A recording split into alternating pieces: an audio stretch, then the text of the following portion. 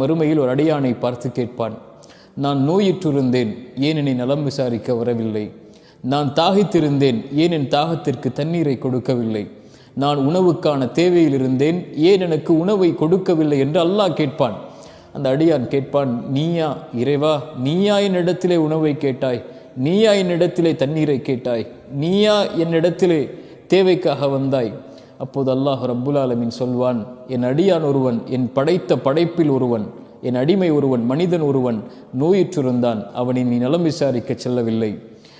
என் அடியான் ஒருவன் தாகித்திருந்தான், அவனுடைய தாகத்திற்கு நீ தண்ணீரை கொடுக்கவில்லை. என் அடியான் ஒருவன் உணவுக்கு தேவையில் இருந்தான், அவனுக்கு நீ உணவை கொடுக்கவில்லை. அவனை நீ நலம் விசாரித்திருந்தால் என்னை அவனிடத்தில் பார்த்திருப்பாய். அவனுடைய தாகத்தை தணித்திருந்தால் என்னை அவனிடத்திலே பார்த்திருப்பாய்.